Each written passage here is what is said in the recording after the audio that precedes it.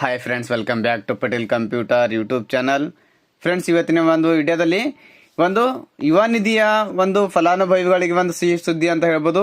ಯಾಕಂದ್ರೆ ಈಗಾಗಲೇ ಡಿಸೆಂಬರ್ ತಿಂಗಳಿನ ಸೆಲ್ಫ್ ಡಿಕ್ಲರೇಷನ್ ಯಾರು ಮಾಡಿದ್ರ ಪ್ರತಿಯೊಬ್ಬರಿಗೆ ಒಂದು ಸಿಹಿ ಸುದ್ದಿ ಬಂದಿದೆ. ಯಾಕಂದ್ರೆ ಇವತ್ತಿನ ದಿನ ಅಂದ್ರೆ ಸುಮಾರು 2-3 ದಿನಗಳಿಂದ ಒಂದು ಡಿಸೆಂಬರ್ ತಿಂಗಳಿನ DBT ಹಣ ಒಂದು ಜಮಾ ಮಾಡಲಾಗ್ತಾ ಇದೆ.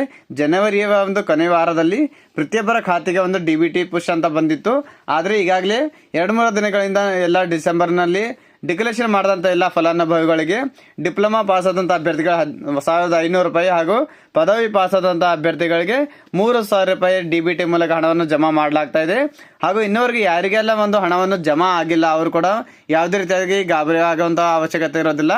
ಯಾಕಂದ್ರೆ ಮುಂದಿನ ದಿನಗಳಲ್ಲಿ ಅಂದರೆ ಫೆಬ್ರವರಿ 5ನೇ ತಾರೀಕು ಒಳಗಾಗಿ ಎಲ್ಲ ಯುವ ನಿಧಿಯ ಚಂದಾದಾರರಿಗೆ ಒಂದು DBT ಮೂಲಕ ಹಣವನ್ನು ಪಾವತಿ ಮಾಡ್ತೀವಿ ಅಂತ ಸರ್ಕಾರ ವತಿಯಿಂದ ಒಂದು ಮಾಹಿತಿ ಬರ್ತಾ ಇದೆ. ಹಾಗೂ ಯಾರ್ಯಾರಿಗೆಲ್ಲ ಇನ್ನವರೆಗೂ ಯುವ ನಿಧಿಯನ್ನು ಅರ್ಜಿಯನ್ನು ಸಲ್ಲಿಕೆ ಮಾಡಿಲ್ಲ ಯಾರೆಲ್ಲ ಅರ್ಜಿಯನ್ನು ಸಲ್ಲಿಕೆ ಮಾಡಬಹುದು. ಯಾಕಂದ್ರೆ 2023-24ನೇ ಸಾಲಿನಲ್ಲಿ ಒಂದು ಪಾಸಾದಂತೆ ಅಭ್ಯರ್ಥಿಗಳಿಗೆ ಮಾತ್ರ ಒಂದು ಯುವ ನಿಧಿ ಸ್ಕೀಮ್ಗೆ ಅರ್ಜಿಯನ್ನು ಸಲ್ಲಿಕೆ ಮಾಡುವುದು ಅರ್ಹತೆ ಇದೆ ಅಂತ ಹೇಳ್ತಾ ಇರುವಂತದ್ದು.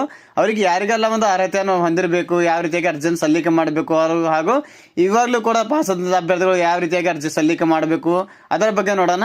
ಈಗಾಗಲೇ ಒಂದು ಯುವ ನಿಧಿಯ ಒಂದು ಪದವಿಯನ್ನು ರೀಸೆಂಟ್ ಆಗಿ 2025ರಲ್ಲಿ ಯಾರ್ಯಾರು ಪಾಸ್ ಆಗಿದ್ರ ಪ್ರತಿಯೊಬ್ಬರು ಕೂಡ ಒಂದು ಯುವ ನಿಧಿಗೆ ಅರ್ಜಿಯನ್ನು ಸಲ್ಲಿಕೆ ಮಾಡುವಂತ ಅವಕಾಶನೂ ಕೂಡ ಇರುತ್ತೆ. ಈಗಾಗಲೇ ಒಂದು ಡಿಸೆಂಬರ್ ಕೊನೆಯ ಹಂತದಲ್ಲಿ 2025ನೇದಲ್ಲಿ ಯಾರ್ಯಾರು ಪಾಸ್ ಆಗಿದ್ರ ಅವರು ಕೂಡ ಒಂದು ಯುವ ನಿಧಿಗೆ ಅರ್ಜಿಯನ್ನು ಸಲ್ಲಿಕೆ ಮಾಡಬಹುದು.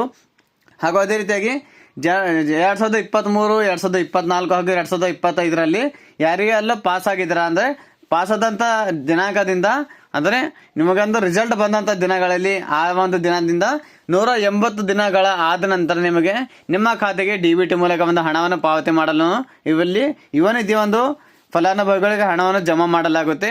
ಅದಕ್ಕಿಂತ ಮುಂಚೆ ಯಾವುದೇ ರೀತಿಯಾಗಿ ನಿಮಗೆ ಹಣವನ್ನು ಜಮಾ ಆಗೋದಿಲ್ಲ.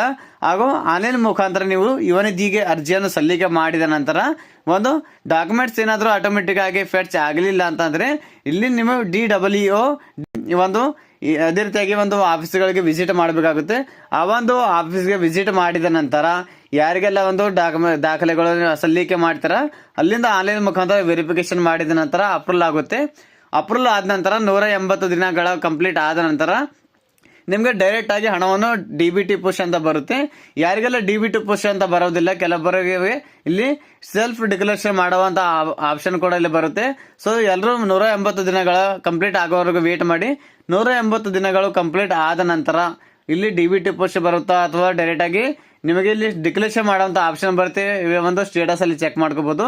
ಯಾವ ರೀತಿಯಾಗಿ ಸ್ಟೇಟಸ್ ಚೆಕ್ ಮಾಡಬೇಕು ನಮ್ಮ ಒಂದು ಯೂಟ್ಯೂಬ್ ಚಾನಲ್ ಅಲ್ಲಿ ವಿಡಿಯೋ ಕೂಡ ಮಾಡಿದ್ದೀನಿ. ಹಾಗೂ ಡಿಕ್ಲರೇಷನ್ ಯಾವ ರೀತಿಯಾಗಿ ಮಾಡಬೇಕು ಅದು ಕೂಡ ಒಂದು ವಿಡಿಯೋ ಇಲ್ಲಿ ನಮ್ಮ ಯೂಟ್ಯೂಬ್ ಚಾನಲ್ ಅಲ್ಲಿ ಇಲ್ಲಿ ಕಂಪ್ಲೀಟ್ ಆಗಿ ಒಂದು ವಿಡಿಯೋ ಹಾಕಿದ್ದೀನಿ.